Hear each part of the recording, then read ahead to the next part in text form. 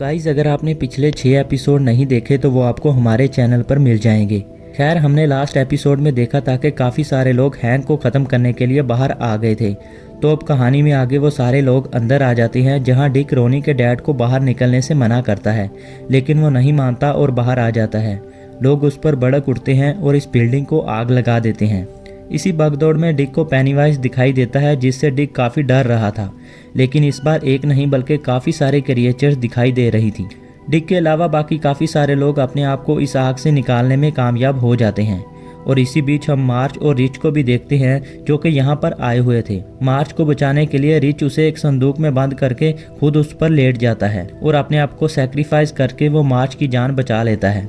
और इसके बाद हम लिली के मॉम को देखते हैं, जिसने आज वही ड्रेस पहन लिया था जो कि वो सर्कस में पहना करती थी।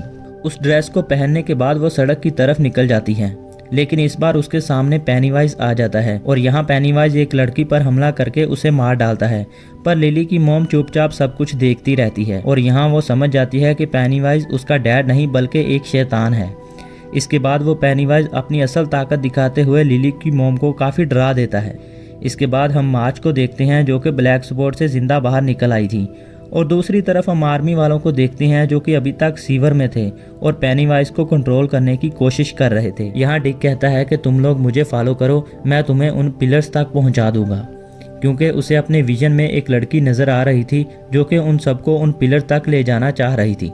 फाइनली उन्हें खुदाई के दौरान एक पत्थर मिल जाता है, जिसे खुदानी का नाम दिया जाता है। और ये पत्थर उसी मटेरियल का बना हुआ है जिस मटेरियल का वो डिगर बना हुआ है, जो कि रोज ने इन लोगों को दिया था। यहाँ जनरल शाह उस पिलर को फौरन बाहर निकालने का कहता है, लेकिन हेलन कहता है कि ऐसा करने से पूरा डेरी शहर खतरे में पड़ जाएगा। लेकिन जनरल उसकी बात नहीं मानता और पिलर बाहर निकाल लिया जाता है। जैसे ही वो पिलर बाहर आता है तो पेनीवाइज फौरन एक्टिव हो जाता है और फौरन विल के घर तक पहुंच जाता है और वहां पहुंचकर वो जोर से चिल्लाता है, जिससे विल की आंखें रोशनी से भर जाती हैं, जैसे कि उसने विल को अपने वश में कर लिया हो। और इसी मूवमेंट के साथ ये एपिसोड हुआ खत्म। कहानी में आगे क्या होगा ये आपको इस सीरीज के लास्ट एपिसोड में पता चलेगा, यानी कि एपिसोड नंबर 8 में। तो मिलते हैं लास्ट एपिसोड के साथ। Good bye.